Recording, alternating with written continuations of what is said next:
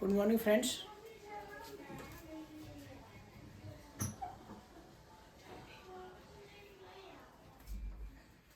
Good morning friends. Online career foundation में एक बार फिर से आप लोग का स्वागत है। आज हम लोग जो जनजाति का शासन व्यवस्था होता है हमारे झारखंड में, अभी 33 जनजाति को मान्यता मिला है और उसमें से जो 4 मुख्य जनजाति हैं हमारे झारखंड का, उसके शासन व्यवस्था को पढ़ेंगे। उसके बाद एक और हम लोग का खड़िया जनजाति का पढ़ेंगे। तो आज हम पहला स्टार्ट करते हैं मुंडा जनजाति का शासन व्यवस्था से। ठीक है, मुंडा जनजाति जो है हमारे झारखंड का कहें तो ये तीसरा सबसे बड़ा जनजाति है ना। और ये तीसरा बड़े जनजाति में से पहला तो संथाल है, फिर जो सो आपका उरा, उसके बाद मुंडा आता है, उसके बाद हो आता है। तो हो और मुंडा का देखिए कि दोनों का जो जगह है रहने का वो लगभग एक एरिया में ही है, थोड़ा सा अगल बगल है। जैसे देखिए कि आपका जो पश्चिमी सिंहभूम का एरिया जो आता है वो मेनली आपका हो जनजाति का रहने का क्षेत्र है। और इसका मुंडा का भी देखिएगा आपका जो उसका सरायकेला खरसावां है या फिर पश्चिमी सिंहभूम का भी थोड़ा सा पार्ट है। और उसके बाद आपका ये जो खूंटी डिस्ट्रिक्ट है, मेन रूप से खूंटी डिस्ट्रिक्ट में मुंडा जनजाति है। और देख सकते हैं कि बिरसा मुंडा ने भी अपना जो क्रांति जो स्टार्ट किया था वो आपका खूंटी डिस्ट्रिक्ट से ही स्टार्ट किया था। तो मेनली मुंडा जो जनजाति है वो आपका खूंटी डिस्ट्रिक्ट में ही है। इसीलिए देखिए खूंटी डिस्ट्रिक्ट का भी जो अलग हुआ है वो मुंडा जनजाति को लेकर ही अलग हुआ वो जिला। तो ये देखिए इसका शासन व्यवस्था में मेन रूप से 4 भाग में बटा हुआ है। एक गांव होता है, पंचायत होता है, पढ़ा होता है। और इसी पढ़ा में से देखिए एक तो इसका मानकी होता है, उसी में सबसे जो बड़ा होता है वो पढ़ा राजा होता है। ठीक है, और पढ़ा राजा या उसको पढ़ा सरदार भी कहते हैं। तो देखिए सरदार का मेन रूप से अगर देखा जाए तो सरदार कौन होता है, जो सुरक्षा करता है। इसीलिए देखिए कि बहुत लोग अपना टाइटल सरदार ही रखता है। ठीक है ना।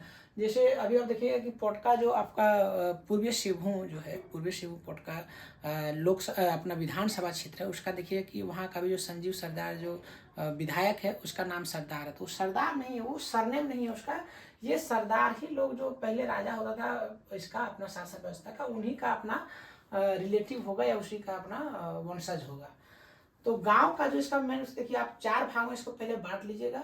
मेन गांव का मुंडा, तो मुंडा भी जो है इसका मेन गांव का हेड यही होता है।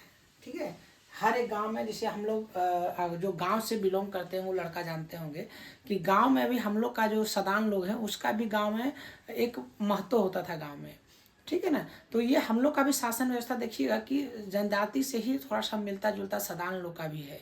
तो इसका जो मेन होता है उसका गांव का मुंडा होता है। उसी का अगर पंचायत स्तर पर चल जाइएगा तो डाकुआ सॉरी मुंडा होता है उसका, इसको हाथू मुंडा कहा जाता है। ठीक है, इसको मुंडा या फिर हाथू मुंडा कहता है। हाथू मतलब पंचायत हो गया।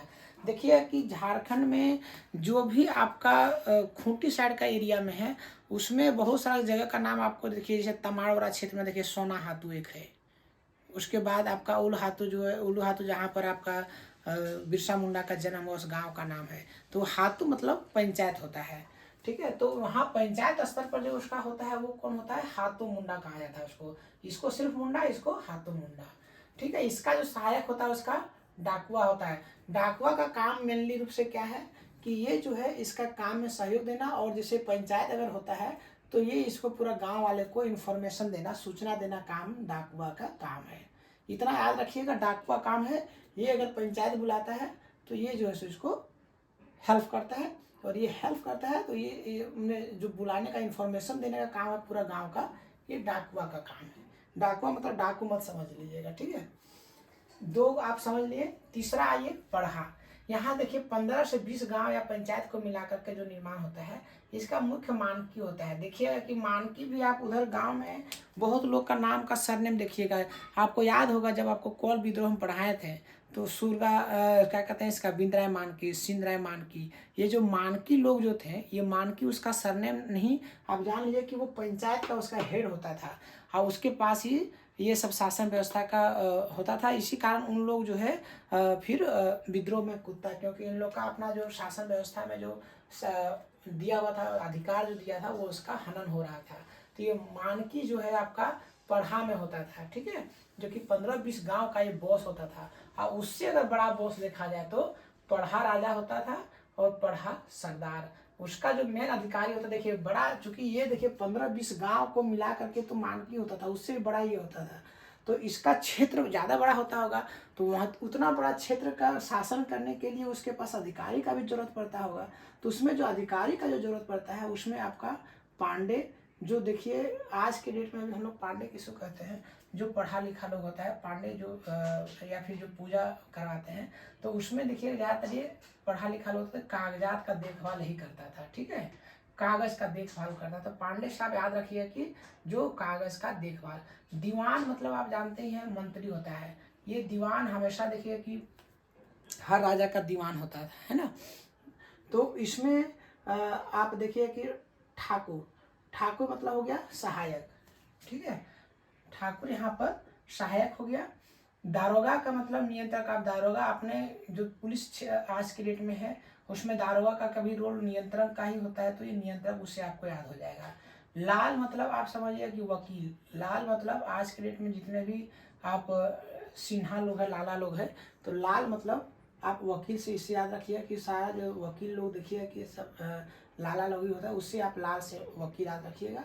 बरकताज से आपका सिपाही याद रखिएगा, है ना, कि ये बरकताज लोग क्या होता था, सिपाही होता था, तो आपको याद हो जाना चाहिए। लाल से आपको वकील, दारोगा से आपका नियंत्रक, ठाकुर से सहायक और दीवान से आपका मंत्री और पांडे से कागज रखने वाला। बाकी एक दो और अधिकारी होता, कुंवर और जो सो कारतो। इतना आप जरूर याद रखिएगा, ये सब अधिकारी थे। ये पढ़ा राजा होता था, ये जो सो आपका पंचायत का जो आपका ये होता था, और ये आपका हाथू मुंडा ये पंचायत में हेड, ये 15-20 पंचायत या गांव को मिलाकर होता था। इसका सहायक को महतो कहते थे। वहां पर कभी क्वेश्चन आ जाएगा कि महतो किसका सहायक होता है, तो मानकी का होता है। देखिए मानकी के पास बहुत तरह का यहाँ था, यहाँ इसके पास विधायिका का भी पावर था, है ना, और न्यायपालिका भी था ये, और कार्यपालिका भी था, ठीक है। विधायिका मतलब क्या हुआ, जहां पर नियम बनता है। न्यायपालिका क्या होता है, जहां पर न्याय देता है। और कार्यपालिका मतलब क्या हुआ, जो ये विधायक विधायिका बनाता है उसी को जो पालन करवाता है। जैसे आज के डेट में आपका सरकारी नौकर जो है वो क्या है, कार्यपालिका में आता है, वो कार्य को करता है। विधायिका नियम बनाता है जो आपका विधायक लोग है, और न्यायपालिका जो आपका निर्णय देता है। ये सब जो है सो आपका पढ़ा में होता था, ये मानकी के पास ही होता था।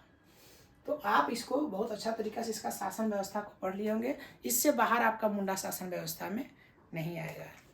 Thank you.